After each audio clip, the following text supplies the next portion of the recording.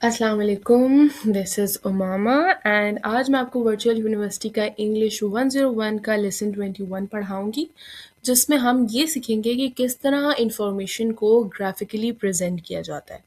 Simply इसमें जो points मैंने हाइलाइट किए हैं वो ही इम्पोर्टेंट हैं, जिस चीज़ के बारे में मैं ज़िक्र ना करूँ, you don't have to worry about it और जस्ट वही प्रिपेयर करें अपने एग्ज़ाम के लिए जो यहाँ पर मैं हाइलाइट कर चुकी हूँ या जिसके बारे में मैं आपको थोड़ा गाइड करूँगी। यहाँ पर इस चैप्टर में बेसिकली आपको ब्लॉक डायग्राम और फ्लो चार्ट के बारे में डिटेल में बताएंगे और कुछ इंपॉर्टेंट एमसीक्यूज जो आप सिंपली वन गो में सॉल्व कर सकते हैं हम आगे स्टडी करेंगे। इंफॉर्मेशन को ग्राफिकली किस तरह से प्रेजेंट किया जा सकता है तो वो हमारे पास आंसर है फ्लो चार्ट। ये एक one of the important MCQ है। ये ज़रूरी होता है कि प्रोग्रामर को अच्छे तरीके से पता हो कि मशीन को किस तरह से चार्ज करना है और किस तरह से उसको हमने शीट कोड्स देने हैं और उससे पहले किस तरह से हमने अपना माइंड प्रेप करना है ताकि हम उसके लिए एक प्रॉपर फ्लो चार्ट को डिज़ाइन कर सकें। फ्लो चार्टिंग एक सबसे इम्पॉर्टेंट स्टेप है प्रोग्रामिंग के लिए, जो कि बताता है कंप्यूटर को कि किस तरह से लॉजिकल पाथ्स होंगे जिसको वो एग्जीक्यूट करने से एक प्रोग्राम को आउटपुट दे सकता है। एक ये सिंपली ड्राइंग है जिसको हम एक रोड मैप भी कह सकते हैं। इसमें मतलब डिफरेंट प्रॉब्लम्स, डिफरेंट शेप्स और डायग्राम्स के थ्रू मतलब बताई जाती हैं कि किस तरह प्रोग्राम अटेम्प्ट किया जाएगा। प्रोग्रामर के लिए बहुत ज़्यादा ज़रूरी होता है कि उसको सारे स्टेप्स का सीक्वेंस एक गो में पता हो ताकि एक सही तरीके से सोल्यूशन प्रोवाइड किया जा सके। अगर तो फ्लो चार्ट में ही प्रॉब्लम आ गई तो ऑटोमेटिकली मसला जो है उसमें भी आ जाएगा, रिजल्ट्स में भी। तो दो तरीके होते हैं फ्लो चार्ट को मतलब प्रेजेंट करने के। एक फ्री हैंड वर्जन है। फ्री हैंड यानी सिंपली आप जो रफ तरीके से डिज़ाइन कर लेते हैं अपने माइंड से, जो कुछ आपके माइंड में उसको जॉट डाउन कर लेते हैं। इसके अलावा एक नीटर जो है फॉर्म है, नीटर वर्जन है, जिसको हम सिंपली रीडेबल वर्जन कहते हैं क्योंकि उसमें एडिटिंग रिक्वायर्ड नहीं होती। तो जो हमारे पास फ्री हैंड वर्जन है, लाइक नीटर वर्जन में हमारे पास दो किस्म के होते हैं, एक फॉर्मर वर्जन है, एक लेटर वर्जन है। मतलब जो ग्राफिक्स की प्रॉपर जो आउटलाइंस होती है उनको सिंपली जॉट डाउन किया जाता है, यानी राइट डाउन किया जाता है स्टेप्स की फॉर्म में। और जो लेटर मेथड है उस टेम्पलेट में एक प्लास्टिक शीट होती है जिसमें फ्लो चार्टिंग को सिंपली सिंबल्स के थ्रू कटिंग करके प्लेस किया जाता है, मतलब जैसे कि कोई प्रोजेक्ट बना लिया जाए। अब डिफरेंट किस्म के स्टार्ट एंड एंड पॉइंट्स होते हैं। एक फ्लो चार्ट स्टार्ट होता है कैपिटल START से और एंड होता है कैपिटल STOP स्टॉप से। इसके दरमियान डिफरेंट फिगर्स होते हैं जो कि रिप्रेजेंट करते हैं डिफरेंट बातों को। अब पता हो आपको ये चीज़ बहुत इंपॉर्टेंट पैराग्राफ है इसलिए मैंने इसको ज़्यादातर हाईलाइट किया है। इसको आप समझ लें कि जो पैरेललोग्राम का फिगर होता है, पैरेललोग्राम वो शेप होती है जो स्टिल्टेड होती है, जिसकी दो साइड्स और दो जो हमारे पास विड्थ और हाइट सेम होती है। मतलब it simply looks like rectangle but somehow at certain points it जो है ये टिल्टेड होता है। ये आपको आगे एग्जाम्पल आएगी फिगर में, वहां पर आपको क्लियरली बताया भी जाएगा कि पैरेललोग्राम किस तरह का सिंबल होता है। ये इंडिकेट करता है कि क्या इनपुट किया गया है या क्या चीज़ ली गई है प्रोग्राम से। इसके अलावा एक शिप होती है रेक्टेंगुलर सिंबल की। ये डिपेंड करता है कि इसमें प्रोसेसिंग और किस तरह प्लेसेस को इंडिकेट किया गया है प्रोग्राम के अंदर जहां पर एक्शन टेक्स प्लेस करेगा। कुछ ऐसी जो पॉइंट्स हैं वो है लाइक डिसीजन, जहाँ पर डिसीजन बनता है वो है डायमंड शेप्ड, जहाँ पे डिसीजन मेकिंग होती है कि इफ़ और एल्स की बात होगी कि अगर तो ये शेप आ गई डायमंड तो इट मीन्स ये होगा आंसर, और दूसरा डायमंड शेप आएगा या तो ये आंसर होगा। डिसीजन है ना, वो फिर हमारे फ्लो चार्ट के थ्रू लिया जाता है। तो यूजुअली जो डिसीजन होता है ना वो एक फॉर्म ऑफ क्वेश्चन होता है जिसको हम येस और नो, इफ और एल्स और येस और नो की फॉर्म में लिखते हैं। जैसे अगर तो ये चीज हुई, इनपुट आ गया तो ये आंसर होगा, तो आगे डायमंड में आ जाएगा येस। अगर ये आंसर आ गया तो डायमंड में आ गया नो। तो इसके ये सारे जो शेप्स होते हैं ये सारे के सारे एरोस के थ्रू कनेक्टेड होते हैं, जो कि एक डायरेक्शन बताते हैं कि इसके बाद ये स्टेप आएगा, इसके बाद ये स्टेप आएगा। रेक्टेंगुलर में अगर येस और नो है तो वो डायमंड की तरफ राइट हैंड पे और लेफ्ट हैंड पे पॉइंट आउट करता है। अच्छा, ये चीज़ काइंडली नोट डाउन कर लें कि फ्लो चार्ट एक प्रोग्राम नहीं होता, हरगिज़ एक प्रोग्राम नहीं होता। ये सिर्फ प्रोग्रामिंग करने के लिए कुछ स्टेप्स ऑफ प्रेपरेशंस का एक क्रूशियल पार्ट है। सबसे पहला पार्ट हम कहते हैं, हमने पिछले चैप्टर्स में भी पढ़ा, लास्ट वीडियोस में भी आप मेरे देख सकते हैं, उसमें हमने पढ़ा कि किस तरह से हम ब्रेनस्टॉर्मिंग करते हैं, एक प्रॉब्लम को समझते हैं। एक प्रोग्रामर के लिए ज़रूरी है कि वो प्रोग्राम को समझे, प्रॉब्लम को इंडिकेट करे और देन उसको जॉट डाउन करे अपने पास रफ में, देन एक फॉर्मर वर्जन बना दे फ्लो चार्ट का, देन वो फ्लो चार्ट से कोडिंग शीट्स बनेंगी एंड आफ्टर दैट हम प्रोग्रामिंग के थ्रू इम्प्लीमेंट करेंगे, एक सॉफ्टवेयर को देंगे। तो इसलिए इसको प्रोग्राम को राइट करने के लिए ये बहुत ज़्यादा इम्पॉर्टेंट होता है। अच्छा, ये एक पार्ट होता है जो कि प्रोग्राम की डॉक्यूमेंटेशन, जैसे मैंने आपको बताया कि flow chart is a crucial thing to documentate a program. सही है, डॉक्यूमेंटेशन के लिए बहुत इंपॉर्टेंट है। अगर तो डॉक्यूमेंटेशन अवेलेबल नहीं है तो ये हमेशा पॉसिबल रहेगा कि हम दोबारा बैक पे जाएं और चेक करें कि फ्लो चार्ट में हमने जो फॉर्मर वर्जन बनाई हुई है या अपने पेज पे कोई रफ लिखा हुआ है तो कौन से एप्लीकेशन प्रोग्राम के थ्रू ये बनाया गया था। सही है।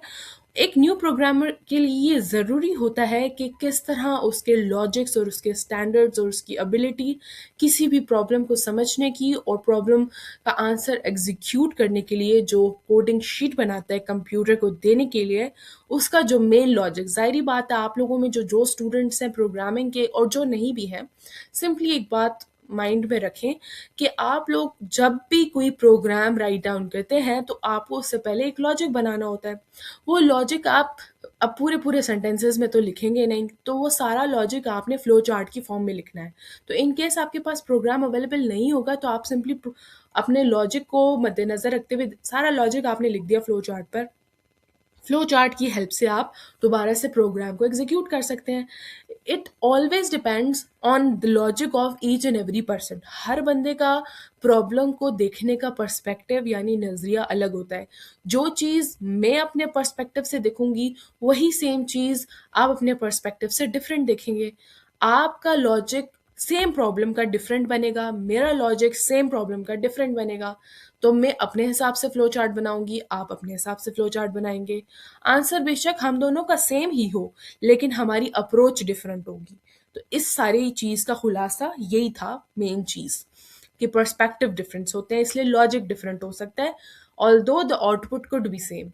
मेन आइडिया इस चैप्टर में यही था कि हमेशा एक प्रोग्रामर को फ्लो चार्ट बनाना आना चाहिए। ये एक क्रूशियल पॉइंट है किसी भी प्रोग्राम की एग्जीक्यूशन के लिए। प्रोग्राम की डॉक्यूमेंटेशन के लिए प्रोग्राम की स्पेसिफिकेशन इम्पॉर्टेंट है और फ्लो चार्ट इन सब में एक बेसिक स्टेप है। ठीक, अब अंडरस्टैंडिंग द जो पैसेज है इसको आप छोड़ दें क्योंकि ये सब चीज़ें मैं आपको ऑलरेडी यहाँ पर क्लियर कर चुकी हूँ। जो ट्रू है इसमें मैं आपको बता रही हूँ वो सिर्फ हम रिवाइज करेंगे क्योंकि ये सब भी मैं आपके साथ डिस्कस कर चुकी हूँ। एक अच्छा फ्लो चार्ट जो होता है वो हमेशा एक करेक्ट अप्रोच, एक करेक्ट आंसर की तरफ इशारा करता है। हमेशा प्रोग्रामर को आना चाहिए कि फ्लो चार्टिंग किस तरह करनी चाहिए और फ्लो चार्ट बनाने की इम्पोर्टेंस भी पता होनी चाहिए क्योंकि अगर आप बीच में कहीं अटक जाते हो तो फ्लो चार्ट की हेल्प से आप आंसर डिराइव कर सकते हो। फ्लो चार्ट इंसान के लॉजिक को बताता है और प्रॉब्लम को सॉल्व करने में मेजर हेल्प देता है। किसी भी प्रोग्राम की डॉक्यूमेंटेशन के लिए और एक्सप्लेनिंग के लिए फ्लो चार्ट बहुत इंपॉर्टेंट होता है और हर सिंबल जो होता है फ्लो चार्ट का उसकी एक अपनी स्पेसिफिक मीनिंग है।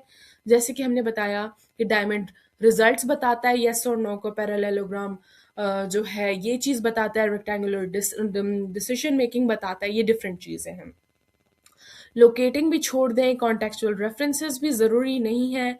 सिनोनिम्स और एंटोनिम्स में हर वीडियो में आपको बताती हूँ कि वर्ड में जाके सिंपली राइट क्लिक करके आपको सिनोनिम्स भी और एंटोनिम्स भी मिल जाएंगे। Just you have to copy and paste the word. अब वर्ड फॉर्म्स हम ऑलरेडी लास्ट लेक्चर्स में भी पढ़ते आ रहे हैं। अगर आपने मेरी पिछली वीडियोस देखी हैं तो आपको ये बखूबी समझ आ जाएगी कि किस तरह से एक सिंपल प्रेजेंट इंडेफिनिट टेंस और नॉर्मल वर्ब एक ही वर्ड है। इन्वॉल्वमेंट, इन्वॉल्वमेंट यानी किसी चीज़ में अपनी मौजूदगी का इजहार, इन्वॉल्व हो जाना किसी चीज़ में इंटीग्रेट हो जाना, इन्वॉल्व इंटीग्रेट हो गया था, इन्वॉल्विंग बीच में इंटीग्रेशन हो रही है। मीन्स ये एक ही परफॉर्मा के वर्ड्स हैं बट ये डिफरेंट एस्पेक्ट से, डिफरेंट पर्सपेक्टिव से एक ही डिफरेंट सेंटेंसेस में यूज किए जाएंगे। इस तरह के correction, correct, corrected, corrective, correcting. Correction किसी भी चीज को ठीक करने के बाद का आंसर। करेक्ट इसको टू करेक्ट यानी करेक्ट किया जाए। करेक्टेड, करेक्टेड हो, करेक्ट कर दिया गया, ठीक कर दिया गया। करेक्टिव यानी इसको करेक्ट होने की जरूरत है, और करेक्टिंग यानी ठीक हो रहा है। तो मीन्स ये डिफरेंट क्वेश्चंस हैं। इसको सिंपली आपने सेंटेंस को रीड करना है, और रीड करने के बाद मोस्ट अप्रोप्रिएट आंसर जो आपको लगेगा वो प्लेस कर लेना है। इसमें स्कोर करना, सॉलिड मार्क्स लेना बहुत ही इंपॉर्टेंट है, और बहुत ही इजीली आपको इसमें मार्क्स मिल जाते हैं। अब ये कंटेंट रिव्यू यही है कि एग्जीक्यूटिंग किस तरह होती है, पैरेललोग्राम, डायमंड डॉक्यूमेंटेशन किस तरह होती है। सिंपली आपको ये कंटेंट रिव्यू के हिसाब से पता चल जाएगा। जैसे कि यहाँ पर स्टार्ट में बताया था कि स्टार्ट और स्टॉप एंड होता है हमेशा फ्लो चार्ट का। पैरेललोग्राम में आप अपना जो है टू बी डॉक्यूमेंटेड थिंग जो है वो डालते हैं।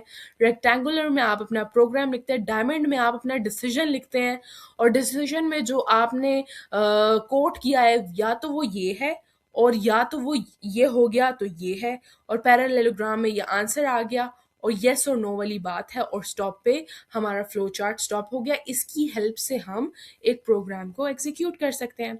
अच्छा, प्रिडिक्शंस और डिफरेंट ऐसी चीज़ें प्रिडिक्ट यानी कि लॉजिक बनाते टाइम हमेशा प्रिडिक्शंस की जाती हैं। या तो इसका आंसर ये होगा या तो ये। येस और नो भी समथिंग अ प्रिडिक्टेड वर्ड्स जो हम प्रिडिक्ट करते हैं कि ये होता है। प्रिडिक्शन बेसिकली होती क्या है?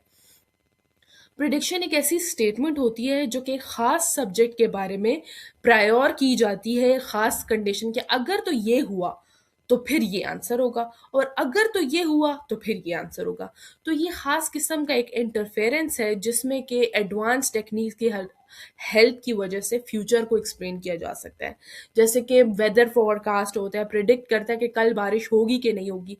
अगर तो आज बादल हैं तो कल बारिश होगी, अगर तो आज ऐसा है तो कल नहीं होगी। तो ये सिंपली कुछ रूल्स होते हैं प्रिडिक्शंस के। प्रिडिक्शंस की लैंग्वेज में दो तीन वर्ड्स हैं, जो टर्म्स हैं, जो आपको सिंपली आनी चाहिए कि ये इनका क्या क्या मतलब है। सर्टेनली, सर्टेनली का मतलब ये है कि जिसमें आप पूरी तरीके से सर्टन होते हो, यानी श्योर होते हो कि इसका यही मतलब है। डेफिनेटली हम कहते हैं ना, हम श्योर हैं, बिल्कुल कसम खा के जो कहते हैं हम बात होती है, ये वो बात होती है। प्रोबेबिलिटी यानी इसमें ना 75 से 90% की प्रोबेबिलिटी होती है, यानी हो जाएगा, मोस्ट प्रॉब्ली ये काम हो ही जाएगा तुम्हारा, ऐसी बात। पॉसिबिलिटी के इसमें 50-50 बात आ जाती है कि या तो हो सकता है या तो नहीं हो सकता। पॉसिबिलिटी इतनी, चांसेस इतने। इम्प्रोबेबिलिटी यानी ना होने के करीब करीब होगा, ये इतना नहीं मैं तुम्हें कह सकती, इस तरह की बात। और इम्पॉसिबिलिटी यानी 0% चांसेस, हो ही नहीं सकते। ये जस्ट आपने वर्ड्स रीड कर देना है। डेफिनेटली, सर्टनली, ये चीज़ें 100% में आती हैं। प्रोबेबल, प्रोबेबली, इनसे तो प्रोबेबिलिटी का आइडिया हो जाता है, आपको परसेंटेजेस का आइडिया होना चाहिए इनके। पॉसिबल मतलब पॉसिबिलिटी क्या होती है कि 50% चांसेस हैं बारिश होने के, 50% नहीं है। और इम्प्रोबेबिलिटी यानी ज़्यादातर चांसेस नहीं है, और इम्पॉसिबिलिटी कोई चांस नहीं है कि कल बारिश हो जाए। तो इसमें कुड नॉट, नॉट पॉसिबल, इस तरह की बातें आती हैं। एग्जाम्पल्स आप छोड़ दें, कंडीशंस वगैरह। एक मैं आपको कंडीशन बता देती हूँ कि the rate at with the computer technology is growing, वो रेट जिसमें कंप्यूटर टेक्नोलॉजी ग्रो कर रही है। तो इसकी प्रिडिक्शन क्या है कि आजकल की कंप्यूटर में एक ऑब्सोलीट है बाय 2005, और ज़्यादातर 2010 मतलब ज़्यादातर की ऑब्सोलीट इंफॉर्मेशंस हैं 2005 से लेकर, और ज़्यादातर एक्यूरेट सर्टनली जो हमारे पास इंफॉर्मेशन है वो 2010 के करीब है। तो मींस ये हमने एक प्रिडिक्शन पेश किया है, जबकि कंडीशन उन्होंने ये दी हुई थी कि हमने उसकी टेक्नोलॉजी की रेटिंग करनी है। तो वो उन्होंने कहा कि 2025 के मुकाबले में 2010 में ज़्यादा एडवांसमेंट आई है। तो ये प्रिडिक्शन है। इस तरह की हम डिफरेंट एरर्स में बता देते हैं। आपको अगर इन चीज टर्म्स की समझ आ गई है तो ये बहुत सिंपल हो जाएगा आप लोगों के लिए सॉल्व करना। ये मतलब it's nothing to worry on that. Simply ये चैप्टर हमारा एंड होता है। आप लोग लाइक करें, सब्सक्राइब करें, एंड इसी तरह फॉलो करते रहें, और ताकि मेरा मोराल बूस्ट हो जाए।